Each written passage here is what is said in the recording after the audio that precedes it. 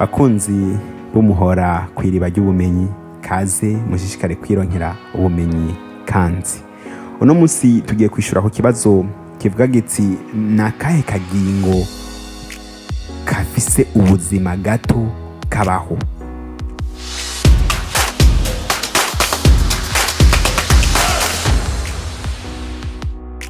Ego tushobora guhera ku umuntu murazi kasanzwe agizwe ibihimba dushobora kubona, ibihimba by'inyuma, amaguru, amaboko, umutwe, amaso, urukoba n'ibindi byinshi. Mugabo kandi turazi yuko hariho n'ibihimba biri indani tudashobora kubona, aho rero nashobora kuvuga nk'inyubako musi ariyo twita système digestif, canke inzira y'umugende w'amaraso. Izo nazo akaba ari ibihimba biri indani tudashobora kubona. Turazi yuko nk'inyubako musi ijejwe gusya ibifungurwa maze bikavamwo bikoroha kugira ngo bize gushobora kuvamwo ivyangombwa vy'umubiri. Rero ico no vuga nuko ivyo bihimba vyose bigizwe vyari vyo hanze tubona canke ivy'indani mu mubiri bigizwe n'ico twita utugingomfatiro. None utugingomfatiro ni iki? Bandanya mukurikirana ino video muronke inyishu ya kino kibazo.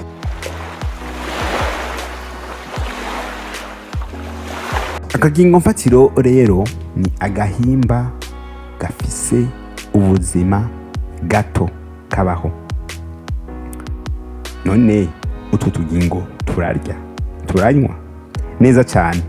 Akagingomfatiro nkuko twamaze kuvuga ko gafise ubuzima, kararya, karanywa, karahema, karasohora umwanda, karavuka, karakura kandi karapfa. Eka n'akanyabuzima gakwiye nyene. Rero nabamenyesha yuko hariho mbere n'ama mikrobe amwe usanga agizwe n'akagingomfatiro kamwe gusa, naho tuvuga mu bwoko bw'amabagiteri. Mugabo kandi turavye ibinyabuzima musanzwe muzi nk'umuntu, ibiti n'ibindi byinshi bigizwe n'amamiliyaridi y'utugingomfatiro twinshi. Mugabo ako kagingo kamwe kose kaba gafise ubuzima, kuko akagingomfatiro ni kuvuga karaza gukora kwanza kajejwe nyambara akagingomfatiro k'umushatsi kaza gukora igikorwa c'umushatsi. Mugabo kandi buragwirirana naco bituma umushatsi ukura, mugabo kandi karashobora no gupfa. Abahinga rero bagiye kuvyiga cyane bavuga yuko akagingomfatiro kagizwe ni nyubaka kintu arizo matome cyane z'ubwoko bune. Turafise inyubaka kintu ya carbone, inyubaka kintu ya hydrogene, inyubaka kintu ya oxygene hamwe n'inyubaka kintu ya azote. Mugabo izo nyubaka kintu ni kuvuga zirafatanye ku buryo ari ibintu bitangaje cyane, ni ibintu binini bitangaje, ibintu biri complexe ngomvye gukoresha ikirimi cy'igifaransa. Rero ingomfatiro twose mu ncamake bavuga yuko tugizwe n'ibice 70% vy'amazi. Ibice 70% bari amazi, ibice 30% navyo bigizwe n'ibintu bitandukanye. Ivyo bice 30 bigizwe n'icyo twita ama macromolecule. Mwe ma macromolecule mu bice 15 ari cyo twita ama proteine, ibice 5 ari amavuta, ibice 2 ari sukari, hama n'igice kimwe ari cyo kigizwe na kimwe twita ADN. ADN naco akaba ari kimwe kirimwo intunganya karonda.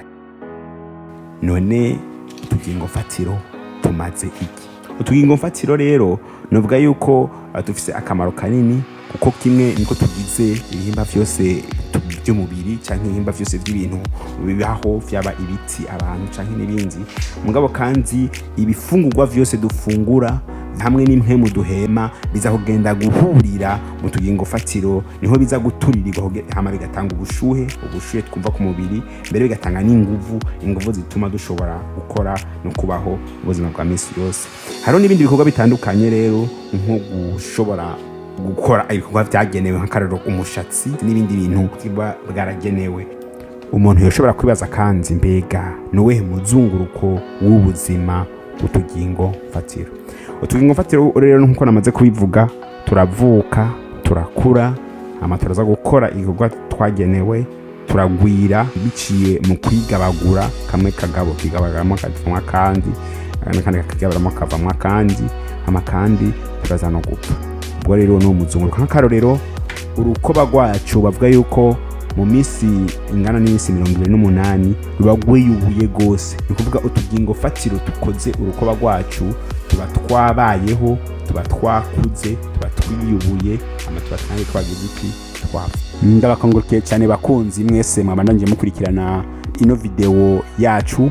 Kubifuza kugira ico bavuze kuvyerekeye ino video barashobora kwandika ngaho munsi, hanyuma kubifuza nabo kubandanya batunga umukono murashobora kwifatanya natwe mu kuba abanywanyi ndetse no kubandanya muri aba video atandukanye dushira ku murongo. Murakoze cyane.